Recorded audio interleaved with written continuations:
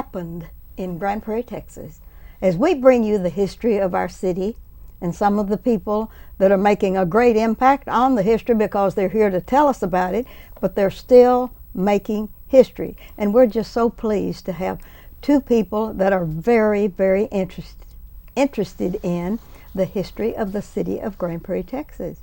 And we're just so pleased to bring to you the gracious person of PR and history and a multitude of other things. Amy, thank you for coming again today. Thank you, my pleasure. Yes, and you brought a delicious guest with you today. I did. Yes, the lovely chairman, chairwoman of the our historical organization's friend, but she is the historical commission for the city of Grand Prairie, Texas.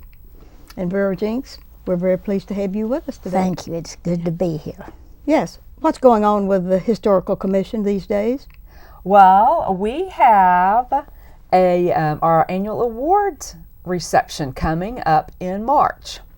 And so in December, we are hoping to recruit more nominations from the community at large, the historic organization, folks that are interested in history. We ask you to nominate individuals or businesses who have made a contribution to preserving the history of Grand Prairie in the past year. Yes. And we're hoping to get those nominations all in hopefully by February 18th. We'll take them through the end of the month if we need to. The commission meets on February 23rd. Yes. To make their selection for award winners for the reception, which is Wednesday, March 23rd from 5 to 6 at the Ruthie Jackson Center. We have nice hors d'oeuvres and honor our award winners, and it's have kind of a party. Mm-hmm. It's an open invitation to those interested in the historic community, and it's about. I think the last time I tried to figure this out, I think we've been doing this about 30 years. Well, do we have anyone at certain places in the city that really relate to history, like the Grand Prairie ISD? Do they ever have nominees selected? And very often, yes. Yes, and they're contacted and they know that all this is happening. And I know that they have some people that have been there a long time that do a splendid job because they had celebrated their 100th birthday about 3 or 4 years ago.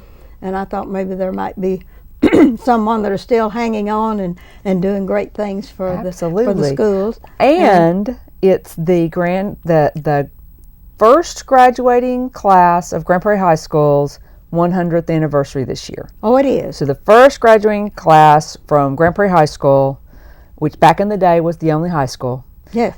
It's their 100th anniversary of graduating. So they're doing some events this year as well. And that is a very active, vital alumni association. And Vera, are you a member of that? Yes. You're a Grand Prairie High School graduate, aren't you? I am. Yes. And I'm a member of the Alumni Association. And they are busy people. Huh? They are. Yes, they are. Yeah. Well, I wanted to ask about this, about the history of keeping the history of Grand Prairie, Texas. How long have y'all been doing these awards, Amy? I think about 30 years. About 30 years. And during all of that time, we have accrued some very exciting things for Grand Prairie, like the Copeland home and like some of the other homes. What are you using these years for all of the high spots to visit for people in Grand Prairie, Texas?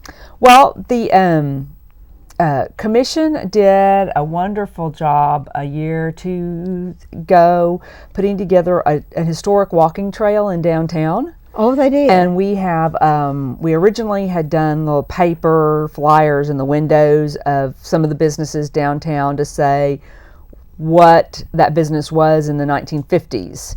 Downtown dates all the way back, of course, to the 1900s, early. Yes. But it burned down several times, and and it changed hands frequently. The store owners changed hands frequently. So we designated the 1950s as the era of the height of downtown, when it was booming and growing, and JCPenney's and all of the big stores were Woolworths, everything was down there, Kips, Yeah. Big Boy.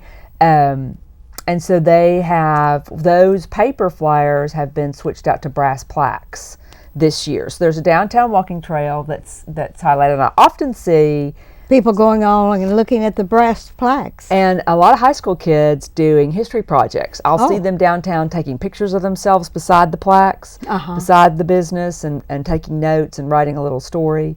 Of course, the Copeland home continues to be our premier historic attraction. We have organized we do a lot of school tours in the Copeland home. Through the Copeland home. Do a lot of school tours for elementary kids. Going through there, and then we do a couple of open houses for the public a year as well. But a very vital school tour business in the Copeland home, which is wonderful. They always want to know, is it haunted? Yeah. No, it's not. Sorry, kids. Maybe we should make up a ghost. Maybe that would a legend to go with it. Yes. But they love it. They love playing in the backyard and walking through and seeing all the doctors' stuff. And those are really our premier attractions right now. Of course, the Uptown Theater is beautifully restored. Yes. Icon from the They, 1950s. can they go on a tour of that if they arrange it?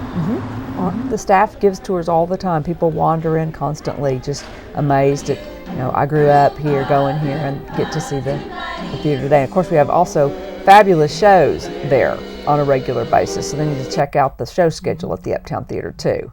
Well, now you do have, I believe the city still has in the northeast part of town an old stagecoach stop that down on Northeast 28th or 29th. Or The Bowles home? The Bowles home? Yes. Is that for tours anymore? No, ma'am, it's not ever after its fire. We've never actually fully restored it to an operational condition. Yeah.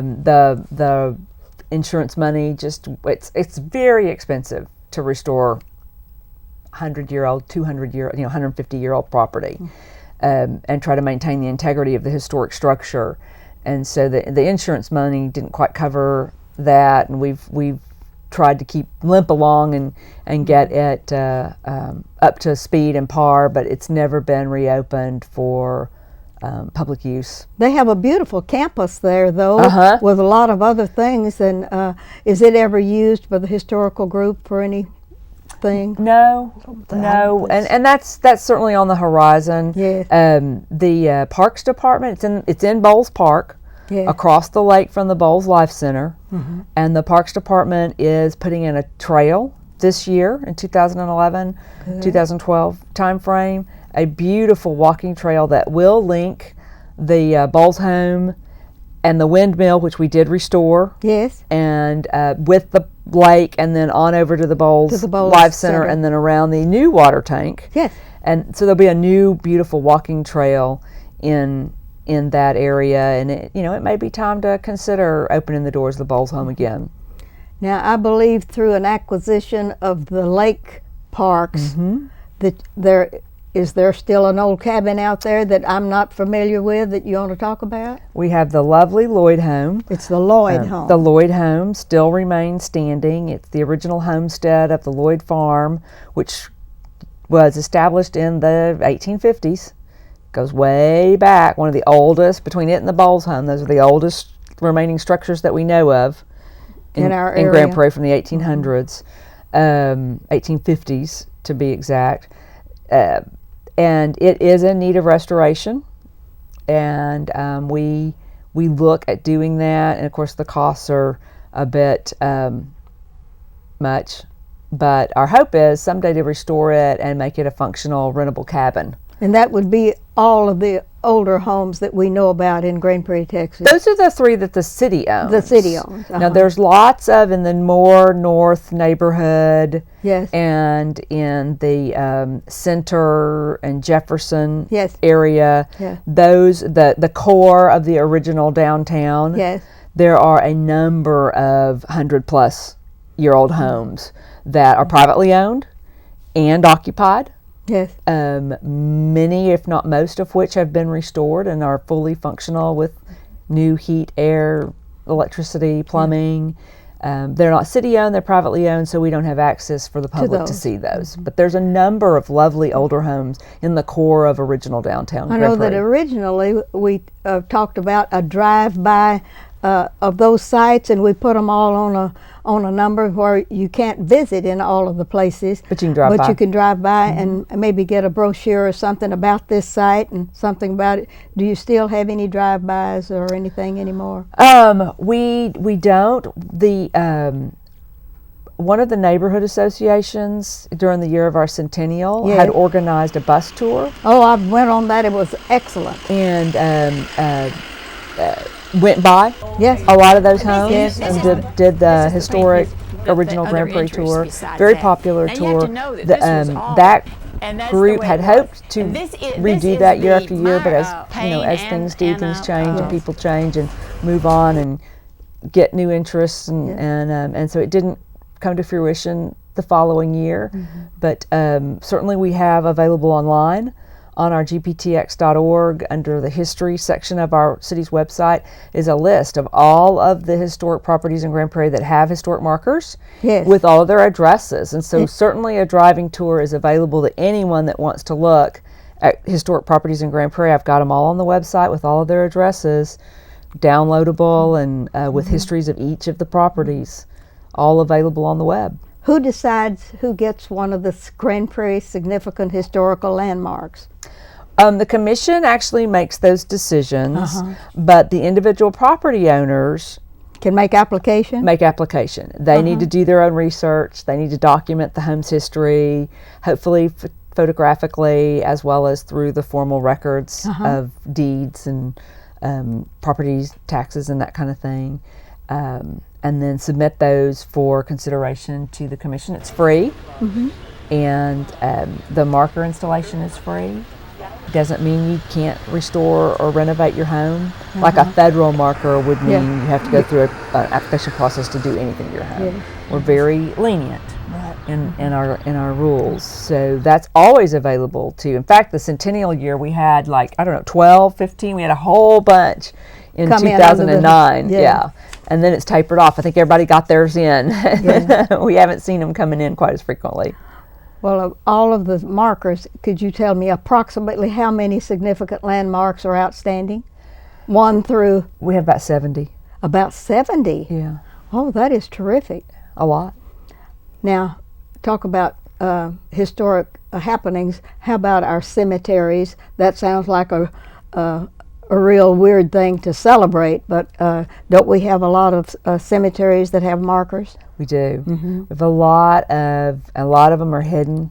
No one knows they're there. They're small. They may have 1 or 2 or 5 graves. It may, I mean, back in the 1800s, we didn't have formal cemeteries. Yes. When you passed, the family buried you on their property. Yes. In all likelihood. And we have a number of those.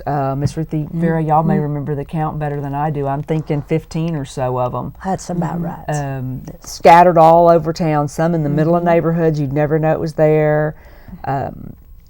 Some big ones like the historic Southland Cemetery, that if you haven't driven through there and looked at the headstones that date back to the 1800s, the early 1900s. That's quite an interesting drive through. A beautiful old cemetery on Southwest 3rd. Right.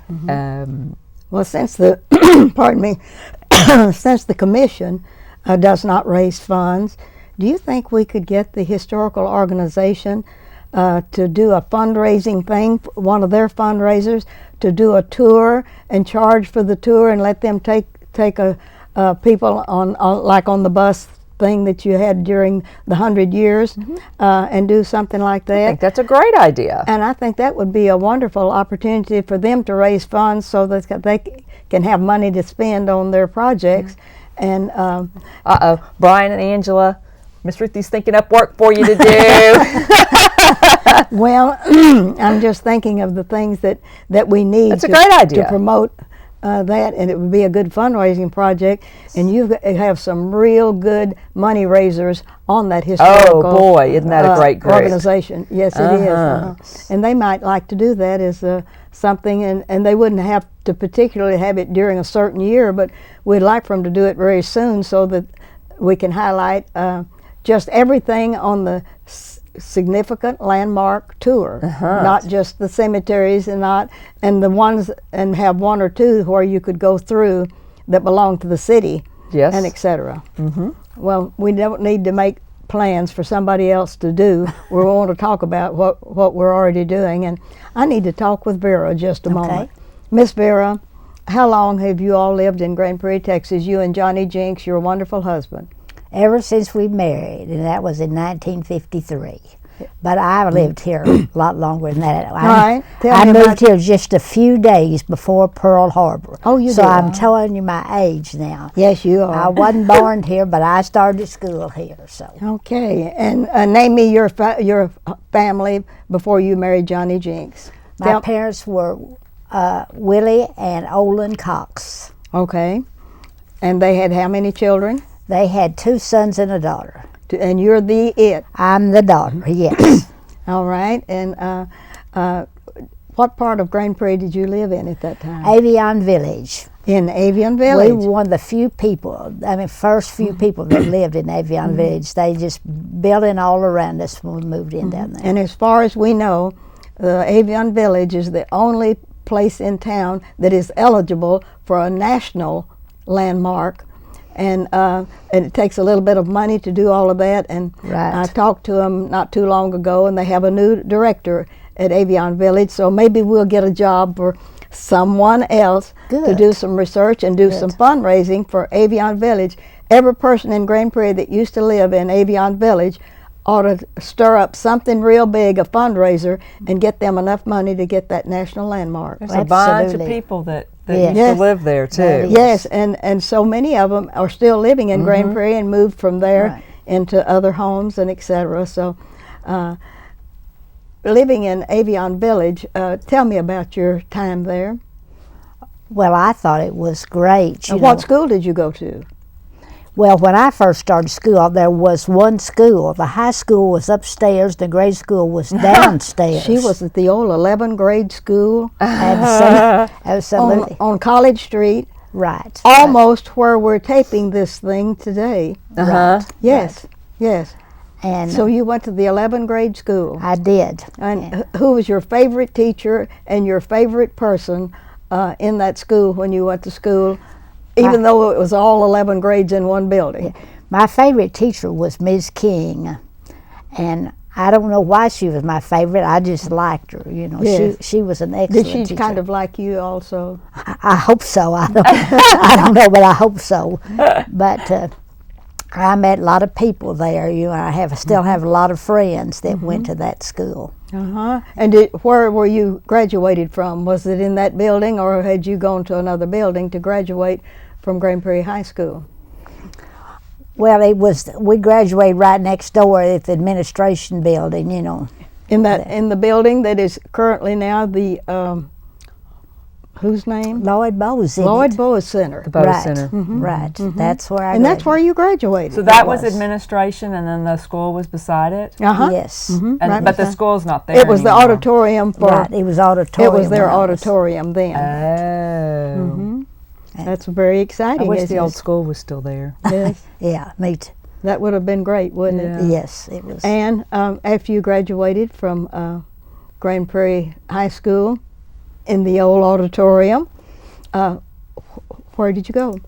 I went to North Texas for a couple of years, and then I thought I was smart enough, so I dropped out. But I went back and finished at UTA several years later. And aren't you a history major? I am a history major. Now, we have captive here a history major that's the president of the Historical Commission, and that's the reason we're going to really stir things up, because she knows how meaningful it is to document the history. Right. Isn't that wonderful? Uh-huh. And not only that, now tell me about, since you have married Johnny Jinks and gone all through all of the stages of having a wonderful family, I won't ask you to name the family and the grandkids and all of this, but I want you to tell me what was your favorite outreach program just for yourself.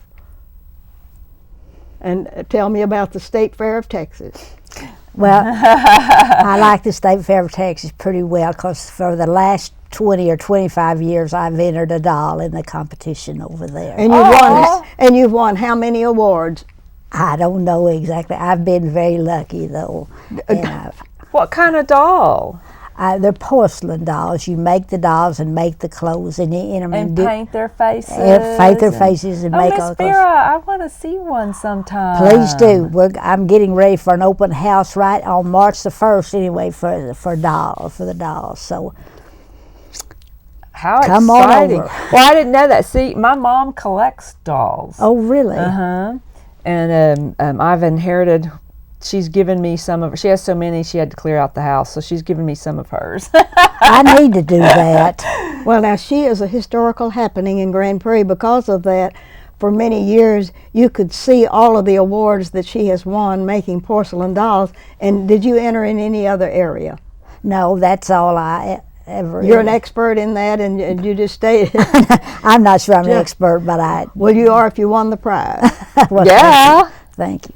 But I've been doing that several years now. Yes, several How years now. exciting. Well, now that's a historical happening that has not been documented in Grand Prairie, Texas. So we ought to get someone to document that and We need and to write all the put her- awards down on a list of paper. put her on a throne or something. Heck yeah. Uh-huh. I may nominate her for an award with the Historical Commission one of these days. I think that's a good idea. That's a very good idea. Yeah, isn't it is. All right. And Vera, of all the other things, what's your favorite outreach other than doing dolls? Well, I enjoy our church activities very much, and anything my grandchildren do, I have to be there. Yes. Oh, yes. I was just telling a while ago, I don't know what I'm going to be doing next year because my last granddaughter graduates this year, so I won't have anything to do, so I got to find something else We'll have to do. go to the games together because Okay. my daughter Sounds graduates this year too. So That we'll have to go sounds to football good. games together. Okay, that sounds good. I knew we were coming down the road a piece. Well, with the historical organization, and you're all to stem wind them because they're the fundraisers and can be the fundraisers for the Historical Commission other than what Amy has to raise as a city entity. So I'm looking forward with a great deal of interest to all of the things that we can do to preserve the history because several years ago, back in the 19 whatevers, we didn't have a historical commission, we didn't have a historical organization, we had only the people that were interested in history, and I've had at least 5 teachers write the history documents to put about Grand Prairie, and I have some wonderful ones, and they're in the library, and we don't do anything now to encourage a teacher to write about the current history of Grand Prairie, Texas. Could the commission have a contest next year and say what has happened in the last 10 years? Because Mr. Hart and the city of Grand Prairie's Honorable Mayor, Charles England, did a 10-year documentary recently on the history during the time when Mr. Hart has been here and he and the mayor working in concert. And it's been a splendid, splendid document. And we need something like that from the teachers of something that's happening in schools, something that's happening in the workplace. Someone has brought LTV property, and they're doing all sorts of things there. And there's a history that's happening every day that we need a history documenter, period.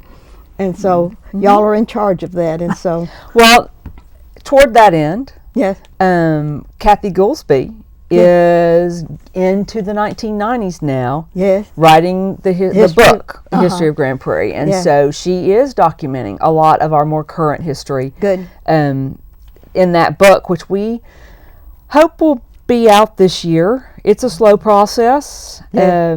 but we want to get it right, and we want to do the research correctly, and we have to work around her schedule. So we are plugging away at it, and should have something published, we hope, this year. We've already started laying the book out from the 1909 when we were incorporated Yes. through the 70s, 80s, and we're just waiting on the last decade or two now. Oh, that's So we're good. doing good. That's good. Now, I'm going to ask both of you all a very special favor. We have a little camera that's out in front of you there that says guest on it. And first of all, I'd like for you to play the grandmother of history and announce that we need more nominations for your historical happening. The deadline is just in a few days, and you might extend it a few days if they get special compensation for it, right? Absolutely. Then I want you to look out, and I want you to do that. And then Vera, I'm going to come to you and ask you to look out and invite all of the people to come to anything historical that's happening. And because we have the history, the Women in History is having their annual thing at the Ruthie Jackson Center real soon, and tell them to not only document history, but look for it happening and help people promote it.